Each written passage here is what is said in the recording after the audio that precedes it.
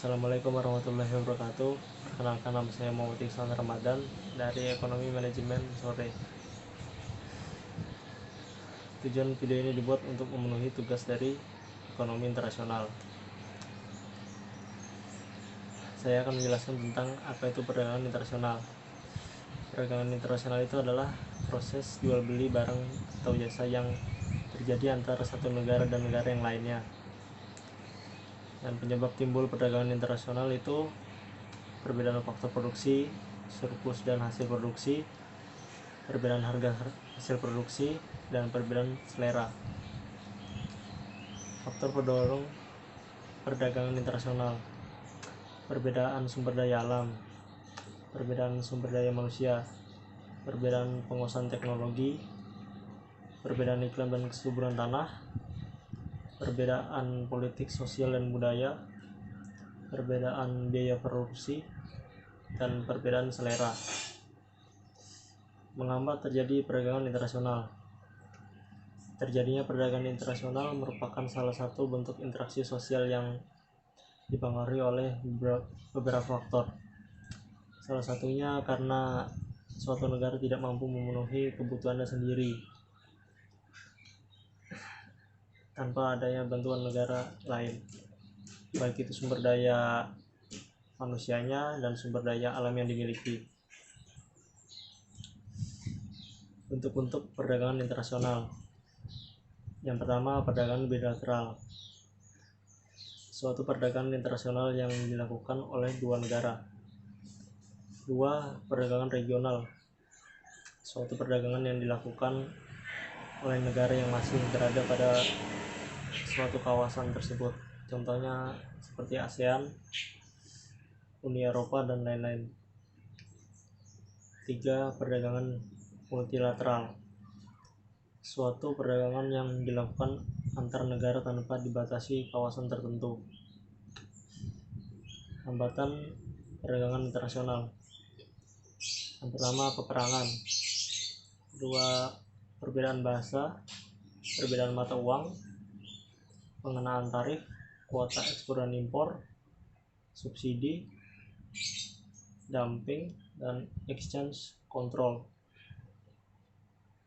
Faktor penyebab perdagangan internasional itu revolusi informasi dan transformasi. Dua, intervensi kebutuhan. Tiga, liberalisasi ekonomi. Jenis-jenis perdagangan internasional: yang pertama, ekspor dan impor. Jenis ekspor perdagangan internasional yang sudah kita sering dengar adalah ekspor dan impor.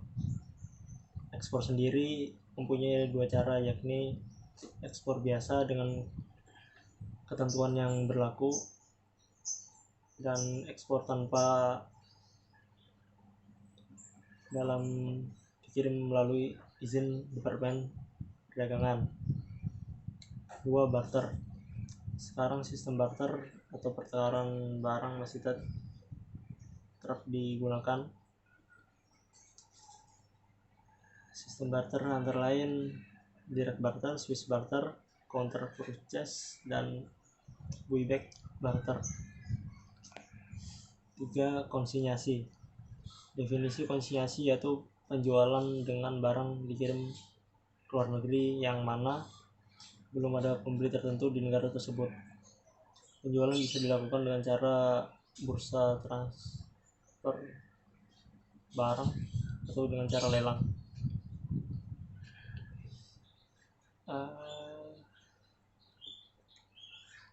Selanjutnya,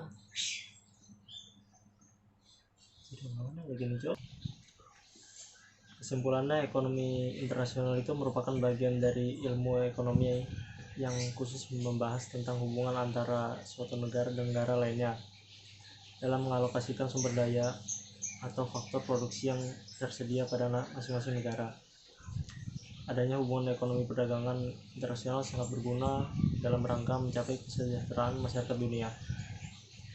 Motivasi hubungan dagang internasional tidak lain adalah sebagai upaya menciptakan efisiensi dalam mengalokasikan sumber daya.